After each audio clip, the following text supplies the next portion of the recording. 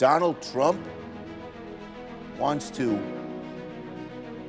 take this money in a corrupt fund and scare you into voting yes? Come on. You Republicans are better than that. I hope. Donald Trump is less trustworthy than a snake oil salesman, than a back alley bookie, than the Nigerian prince in your email spam folder. Are Republicans blind? Yesterday, Trump not only refused to commit ending his $2 billion taxpayer-funded MAGA slush fund permanently, he also said of the slush fund, quote, "I love it. I think it's so important. It's a beautiful thing." I repeat, here's what Trump said about this damn slush fund. He said, "I love it. I think it's so important. It was a beautiful thing." You hear that, America? You hear that, Republican senators? You hear it? Trump loves giving American taxpayers dollars to his billionaire friends. Trump thinks forcing Americans to fork over their paychecks to line the pockets of his corrupt friends is, quote, so important.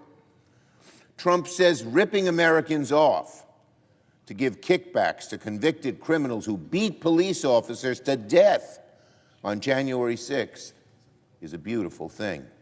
That's what he said. Trump's slush fund is anything but beautiful. It's heinous, and it won't die until we permanently ban it by law, not by language, not by verbal promises, which can just evaporate, but by law. And we have the chance to do that this morning on the amendment I will offer. The very first amendment I will offer in Vote-A-Rama today will be to outlaw the slush fund forever. So when Trump wakes up a week from now or a month from now and says, "Why don't we try that slush fund again?" he won't be able to. He won't be able to.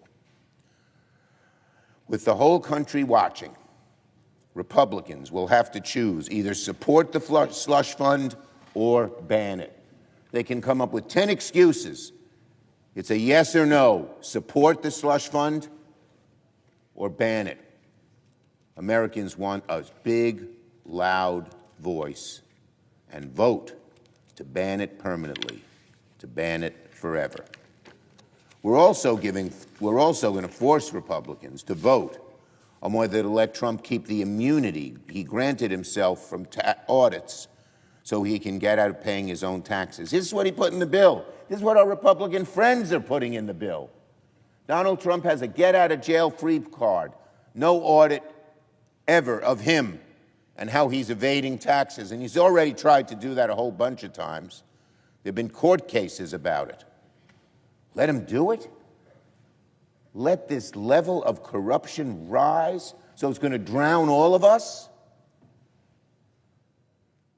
Throw away those good old American values that have served this country well for 250 years because Donald Trump wants to take this money in a corrupt fund and scare you into voting yes? Come on. You Republicans are better than that. I hope.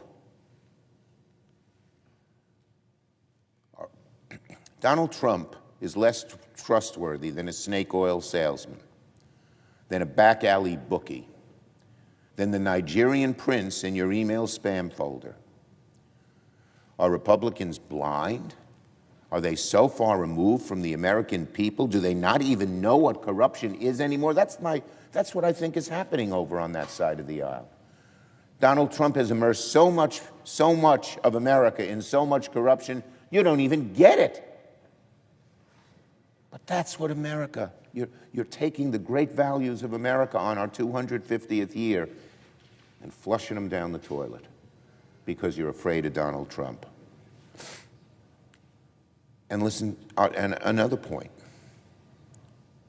Are Republicans really going to take Todd Blanche, a known liar, at his word? Do we believe that Donald Trump, who has lied to us day in and day out, do we believe that he will be able to resist getting his sticky fingers in the slush fund when it would benefit himself and his family? No way. No way. And on Vote-A-Rama, which is part of this bill, rather than let Republicans try to force through their radical reconciliation bill under the cover of night, Democrats have made sure today's Vote-A-Rama happens in broad daylight because Americans deserve to see what Republicans are prioritizing instead of lowering their costs. Democrats will force Republicans to vote on Trump's MAGA slush fund, his lifetime tax exemption, his billion-dollar taxpayer-funded ballroom. But that's not all. Amendment after amendment, vote after vote, Republicans are going to have to answer to the American people on tariffs, on skyrocketing costs, on the disastrous war with Iran, on the violence Trump's masked agents have unleashed on our streets. All of that, they're going to have to vote on. Will Republicans vote for more affordable housing? Will Republicans require Trump's masked agents to wear body cameras? Will Republicans join Democrats to lower gas prices? Democrats will ensure that every failed Republican policy, every failed Trump policy that has driven up costs, unleashed chaos, and aided Trump's corruption will face a vote on the Senate floor today. And Democrats are going to show just how terrible this bill is from start to finish. Apparently, Republicans think we cannot afford a single penny to help Americans cover the skyrocketing costs of gasoline, of health care, of housing, of food, of energy, you name it.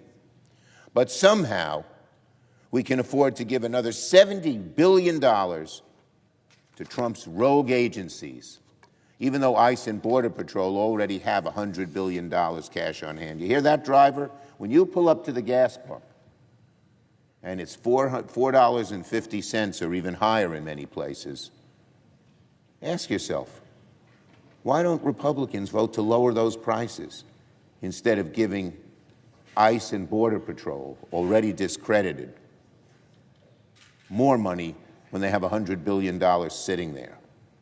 Let's take stock of what we could buy with $170 billion Trump's personal police force would have at its disposal if this bill passed.